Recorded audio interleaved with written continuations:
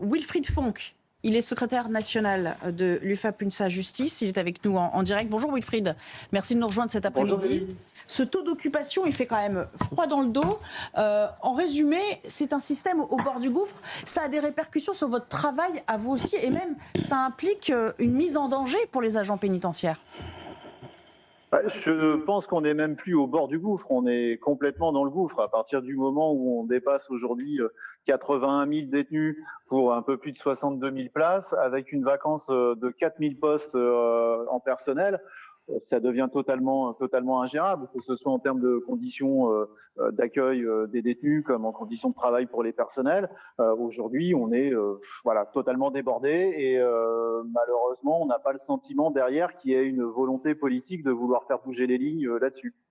Oui. Est-ce que ça entraîne aussi des problèmes accrus entre les prisonniers, des règlements de compte, des problèmes de maintien de la sécurité au quotidien? Parce que c'est ça aussi, quand vous êtes...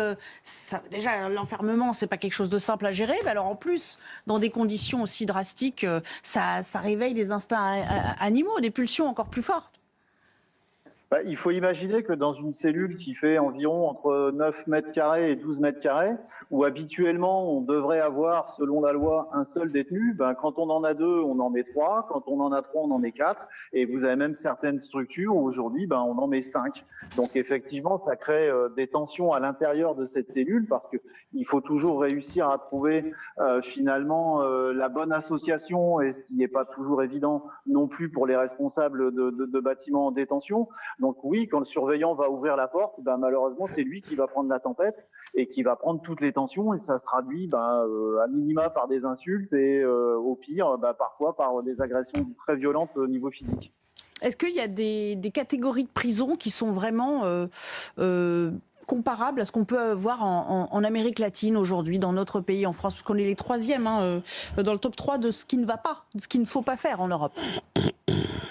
Disons qu'aujourd'hui, la situation dans les détentions, c'est surtout au sein des maisons d'arrêt qu'on retrouve cette surpopulation. C'est-à-dire que là où on devrait y avoir finalement que des personnes en attente de jugement, malheureusement, on n'a pas que des personnes en attente de jugement, on a aussi des personnes condamnées qui, elles, attendent une affectation en établissement pour peine, et on se retrouve dans ces maisons d'arrêt, oui, malheureusement, avec un mélange de différents profils qui peut soit aboutir à des règlements de compte, comme on a pu le voir par exemple à Aix-Luynes, pas plus tard que la semaine dernière, comme on peut aussi avoir parfois des agressions en fonction aussi des différentes infractions qui ont été commises. Quand vous avez un agresseur sexuel qui est mis en contact par exemple avec d'autres détenus, généralement ça se passe pas forcément toujours bien pour lui.